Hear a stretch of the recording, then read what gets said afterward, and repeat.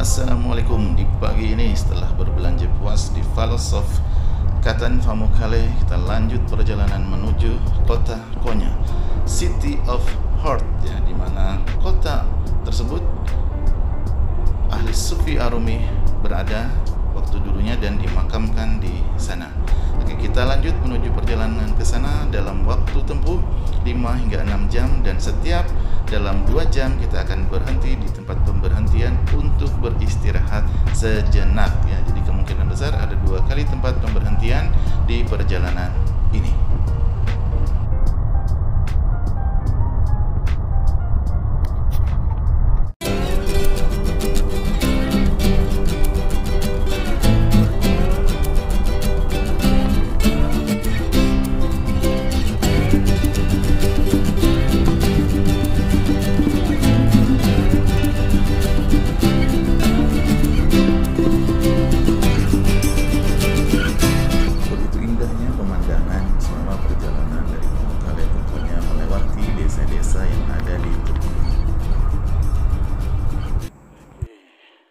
Sampai di tempat pemberhentian sementara ke arah kota Konya. Mataharinya terang, tapi tunggu dulu, dinginnya minta ampun, tangan kaku. Tadinya saya mengira ini tidak terlalu dingin karena di dalam bus hangat, ternyata dinginnya minta ampun. Akhirnya saya kembali masuk untuk memakai jaket, tapi kupluk sama ini lupa. Oke, nah ini berembun, sangat-sangat berembun karena dinginnya amat sangat dingin. Di sini kita makan yogurt madu plus biji opium, gitu. Tapi tidak memabukan karena orang sini biasa memakan biji opium tersebut. Oke. Kita lihat rest areanya di sini. Katanya ada es krim yang enak dengan madu yang dicampur dengan opium. Kita mau coba. Ya. Hah? Kereda? Karena dulunya ada jet nuker berapa kan? Hah? Ini ada dipecah nih. Iya, dipecah mas dulu. Ini lah. 10 lira. Baru nanti 10 lira nambah. Itu ya es krimnya? Es krim gitu? Es krim madu. Di Konya. Salah satu daerah di Konya. Yang putih yogurt, yang kuning madu, yang apa itu? Biji opium. Ya, yang titik-titik itu biji opium, tapi tidak bikin mabuk. Makanan khas orang sini. Kita makan opium.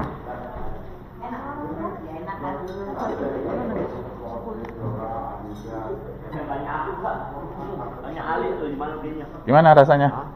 Grand Bazar nanti Pak. Grand Bazar. Hah? Grand Bazar. Grand Bazar terakhir. Nggak kelihatan. Gimana rasanya? Coba Pak, katanya sih asam. Asam ya? Asam. Ini kita mau tahu opiumnya. Opiumnya gimana? Ya. Sehat. Apa tadi namanya ini? Apa tadi namanya? Brother. Berarti ini bisa dibeli nih anunya nih, opiumnya. Ini cocok buat mabuk. Yogurt madu biji opium.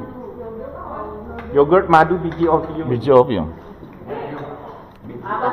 This is can make a flying? Can make flying? No. Oh.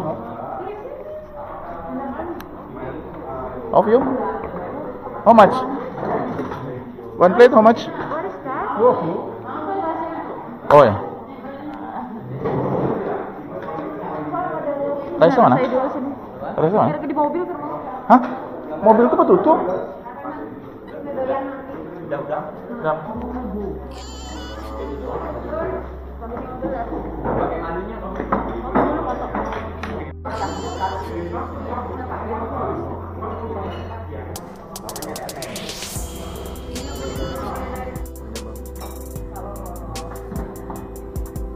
Kuotanya apa? Simpannya juga banyak.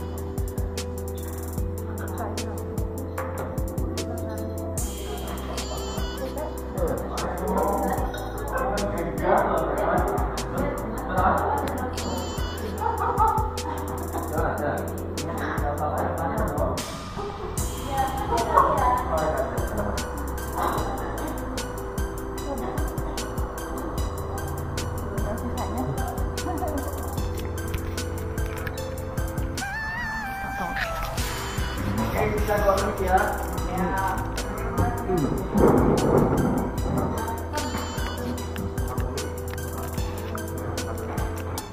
Kentalnya nih, kental. Harus ada madunya tuh manis. Minum.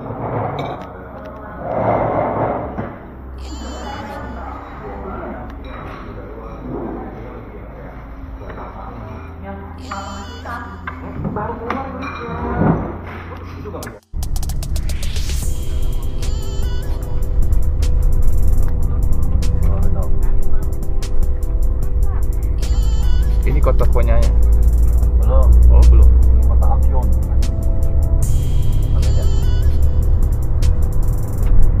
Ini sumber listrik mereka ya berarti ya? Iya.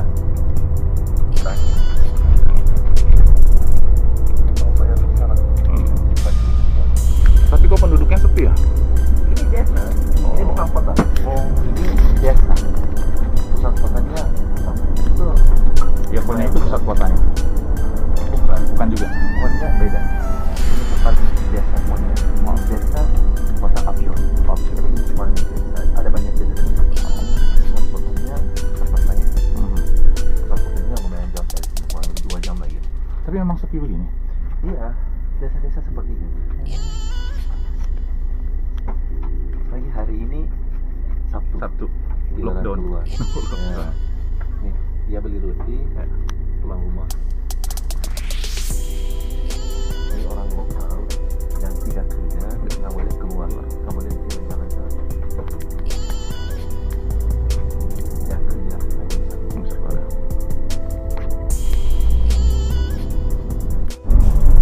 Beginilah kondisi alam pedesaan di Tulambako. Perjalanan antara Mangkale ke Konya. Kita bisa melihat indahnya pemandangan sepanjang perjalanan ini dan melihat kehidupan penduduk desa di Turki. Karena kondisi saat ini dalam kondisi lockdown, di mana hari Sabtu dan Minggu masyarakat tidak boleh keluar rumah, kita melihat kota ini begitu sunyinya. Tapi inilah kondisi asli yang saya sangat sukai ya. Saya dapat melihat langsung kondisi pedesaan di wilayah Turki ini.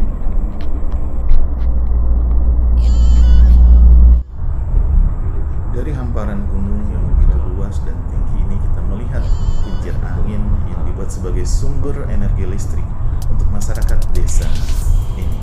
Dimana kita ketahui Turki itu membeli listrik dari negara lain, dan untuk wilayah desa ini mereka menggunakan energi tenaga angin untuk menghasilkan listrik buat keperluan di desa mereka. Dan hal ini membuat pemandangan menjadi semakin indah ya, yang kita lihat dari kejauhan dengan kincir angin yang membentang dari satu gunung ke gunung lainnya. Ya, kecepatan bis yang diizinkan di Turki ini hanya 90 hingga 100 km per jam. Lebih dari itu, maka kemungkinan besar kita akan tertangkap. Oleh karena itu, perjalanan menjadi sepertinya sangat lama. Padahal jarak kemungkinan tidak terlalu jauh karena pelan. Bila dibandingkan Indonesia, tentu jauh berbeda, di mana kita dapat mengejar dalam jangka waktu yang lebih cepat. Kerennya gunung-gunungnya. Gila.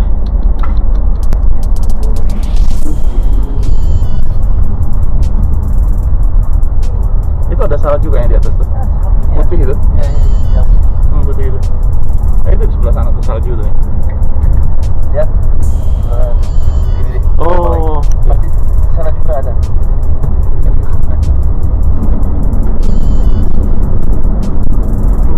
Indahnya pemandangannya.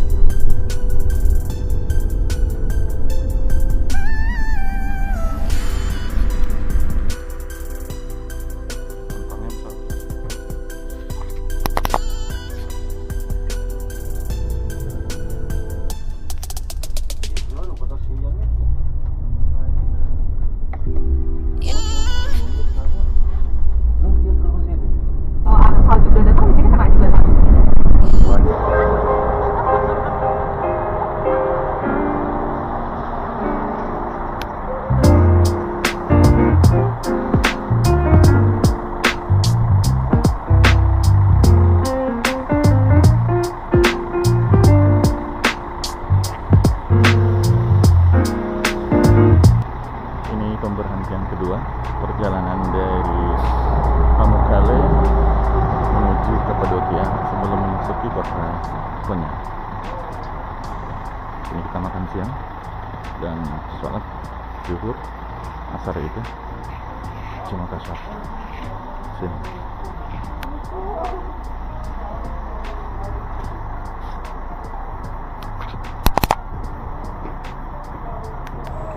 Di rest area yang kedua ini kita akan makan siang. Buat yang mau beli sesuatu hal yang pengen dicoba makanan-makanan lain khas Turki, bisa dibeli pula di tempat rest area. Yang pasti di rest area ini kita makan makanan yang sudah dipesan untuk kita santap bersama, mengisi perut yang sudah kosong setelah perjalanan selama 2 jam. Kita akan lihat nanti menunya apa saja untuk makan siang dari restoran ini, yang pasti sesuai dengan khas. Lagi isinya orang Indonesia lagi.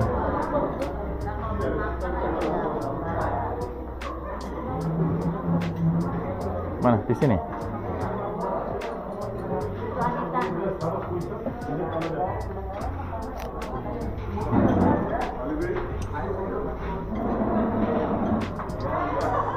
Geser aja ke sini. Ini di ujung.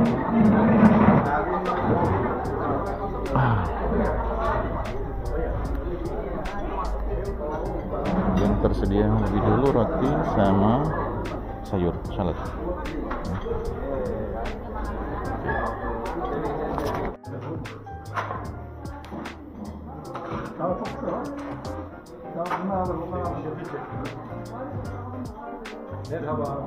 Thank you. Ada tadi mukanya lagi buka. Oh, bilang gitu. Mukanya yang jadi gitu.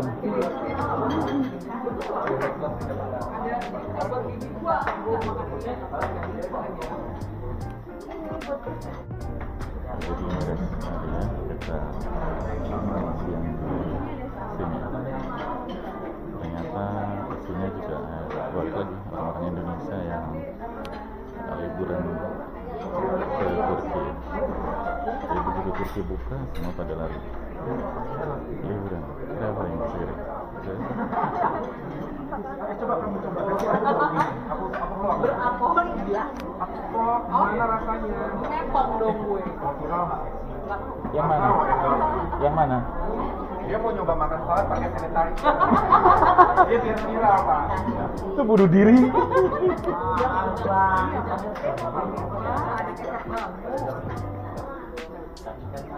Nggak tahu lagi apa. Apa? Aku pikir ini kecap ya, ternyata ini dari buah delima. Oh. Namanya Mark Chili Sauce. Saus buah delima udah asem banget. Oh iya, tapi kayak kecap. Kita yang berani coba pertama. Aku mau berani. Kalau begitu, itu apa? Bekas goreng ikan kecil.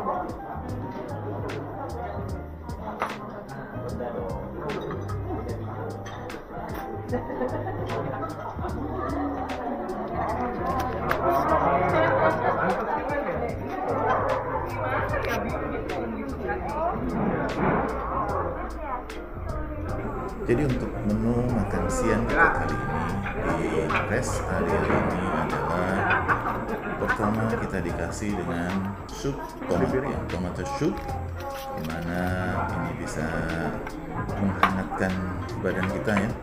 Dan menu lainnya untuk kita makan bersama sup ini adalah roti ya. Jadi roti khas Turki. Selain itu, menu selanjutnya yang dikeluarkan atau yang diberikan ke kita, yang disodorkan ke kita adalah pizza. Pizzanya di sini ada 2 jenis, ada cheese ya, ada pizza keju, kemudian pizza daging ya. Dan selain itu, seperti yang tadi sudah saya lihatkan adalah salad sayur ya. Jadi kita makan salad, sop tomat, dan pizza. Kebiasaan di Turki, kalau kita masih penjelasan dari tour guide kita, karena orang Turki ini biasa makan roti ya. Roti Turki ini berbeda dengan roti kita, mereka rotinya keras. Apabila kita masih lapar, maka roti yang disediakan di atas meja dipersilahkan untuk dimakan sampai habis ya. Jadi mereka tidak makan nasi, tapi makannya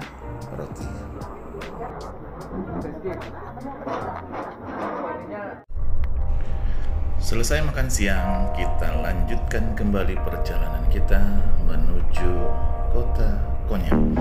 Lebih kurang 2 jam, 1,5 jam hingga 2 jam lah perjalanan dari tempat peristirahatan terakhir makan siang tadi menuju kota Konya. Sungguh pengalaman yang sangat berharga di Turki ini. Alhamdulillah sepanjang perjalanan kita melihat bagaimana kondisi asli kota-kota di Turki, dari satu kota ke kota lainnya, dari satu desa ke desa lainnya, untuk melihat betapa indahnya kota-kota di Turki ini dan juga desa-desa yang ada di Turki.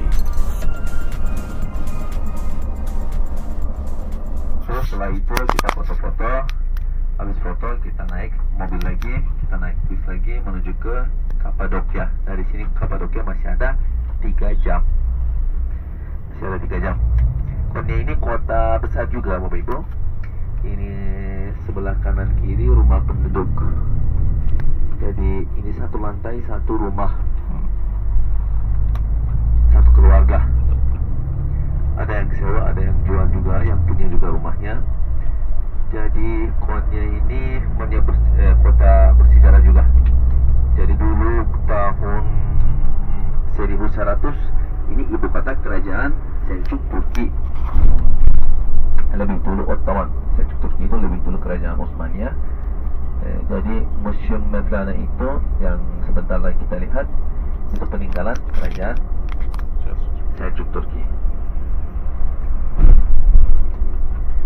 Dulu kota ini namanya pada waktu lebih dulu Selçuk Turki namanya lebih beda daripada sekarang. Sekarang Konya, tapi dulu Kavanya.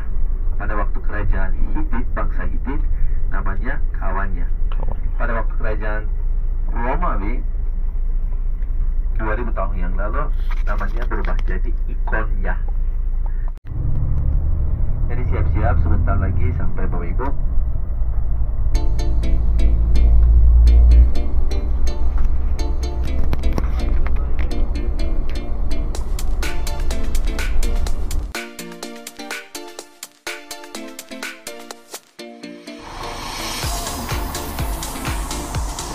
Langsung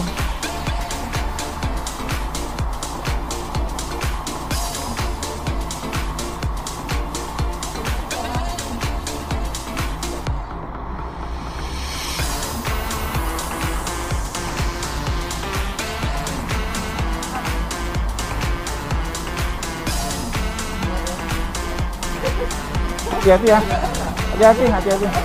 Enggak, kita naik ini Grab kok.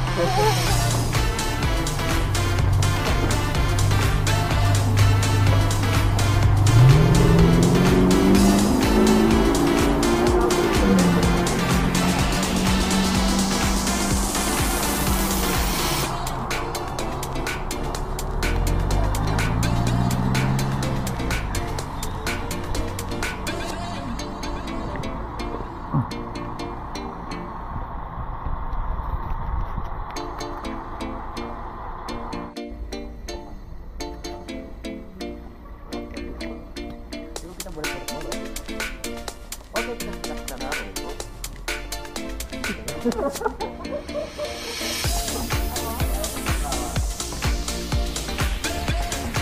akan jalan ke Mevlana Museum, tempatnya Jalaluddin Rumi di kota Konya, Turki.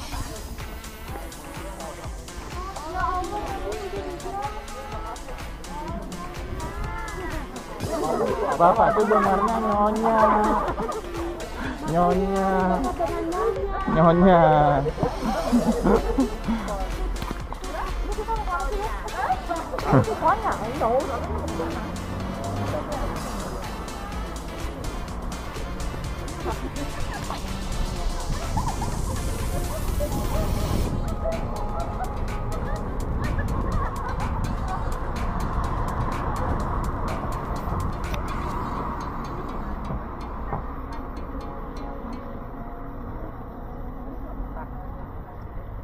Paketnya yang bintang 7 ya. Yang 7 kalau nggak bentar yang bola. Biar dia nggak komplain. Sultan Selim Syami.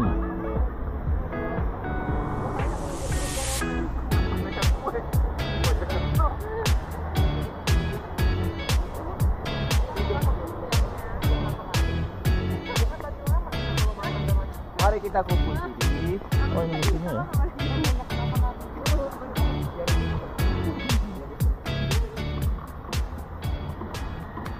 Konya. Ini pas pusatnya. Seperti yang saya katakan, kota Bursa ini juga kota bersejarah seperti Istanbul, seperti Bursa. Kalau Bursa yang kemarin hari pertama itu ibu kota kerajaan Konya dulu. Istanbul ibu kota kerajaan Osmani juga.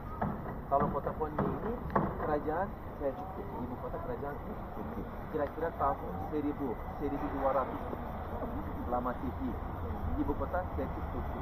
Jadi di kota Konya bisa lihat banyak bangunan, banyak bangunan bersejarah. Sebelah sana yang menara-menara, di belakang sana juga ada. Sebelah sana masih semua pada waktu kerajaan. Besar kecilnya. Ini Masjid masih itu nama Indonesia. Masjid itu kan Sultan Selim Jami. Memang masjid. internasional kan. Jami Iya. itu, Jami Enggak, jam itu besar ya. pakai Kalau dua Arab sisi. itu mau sholat, Jami, sholat kan masjid. Tadi tempat makan ada tulisan masjid. Masjid. Bukan masjid, masjid. Masjid. Masjid itu musola. Oh. Kalau jami masjid. Jadi masjidnya itu maksudnya bahasa Turki bukan bahasa Arab. Biasa Genghis Khan, mereka takut Genghis Khan. Dengan keluarga mereka lari ke sini, Oh. ke Saudi Arabia. Dari Saudi Arabia pergi ke Irak, Iran, Syria untuk ketemu orang alim untuk belajar bahasa Belajar ilmu agama. Islam. Terus setelah umur 20 Mevlana Celaleddin Rumi, nama aslinya Celaleddin Rumi, jadi lebih besar daripada bapaknya, jadi lebih terkenal daripada bapaknya. Waktu itu Sultan Selçuk Turki dia undang Mevlana ke Konya, silakan datang ke sini, tinggal di sini, dia undang.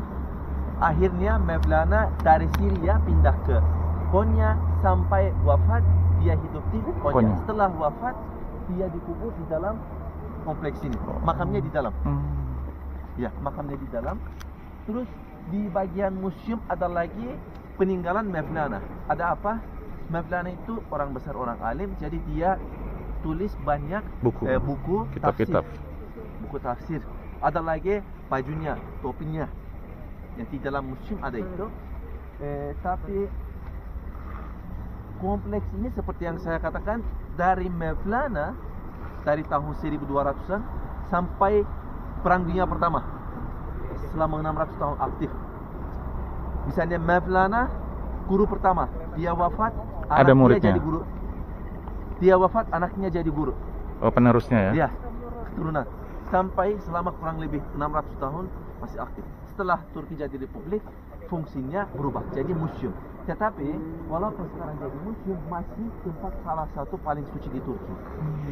Kalau misalnya di dalamnya ada ini peninggalan Nabi juga, jenggot. Oh, Nabi Muhammad. Jenggot Rasulullah. Oh. Seharusnya hari terakhir di Istanbul, di dalam Istana Topkapı, kita akan mengunjungi museum peninggalan Nabi. Di sana juga ada. Jenggotnya ada beberapa museum di Turki. Salah satunya di sini. Misalnya di Istanbul itu selalu terbuka, bisa lihat. Tapi yang di sini hanya hari raya. Oh, dibukanya. Idul Fitri ada Idul Kurban. Boxnya buka selama 3 hari atau 4 hari, orang-orang bisa lihat. Kecuali orang hari biasa tutup, nggak bisa lihat. Jadi selama 3 hari 4 hari dari Turki, dari mana-mana datang banyak orang lokal, orang Turki datang ke sini untuk melihat ziarah jenggot Rasulullah. Nggak bisa masuk dalamnya, penuh dari pagi sampai sore. Ramadan penuh juga. Walaupun fungsinya sekarang museum, masih tempat suci. Tapi Masih berarti banyak datang orang untuk tidak ziarah. sholat lagi ya di dalam itu. Sholatnya di sini saja. Sholatnya di sini biasanya sebelum pandemi di dalam ada sebagian bisa sholat di sana, masih bisa. Oh. Masih bisa, tapi sekarang pandemi Ditutup nggak sama boleh sekali sholat ya? lagi. Jadi kebanyakan tutup karena pandemi, kebanyakan tutup untuk renovasi. Ya pasti. Ya. Jadi Bapak Ibu kita akan foto-foto di sini. Foto dulu. 15 menit kira-kira. Setelah itu kita jalan ke Kapadokia. Tapi naik bis ya, Kapadokia kita naik bis. Benar kita naik.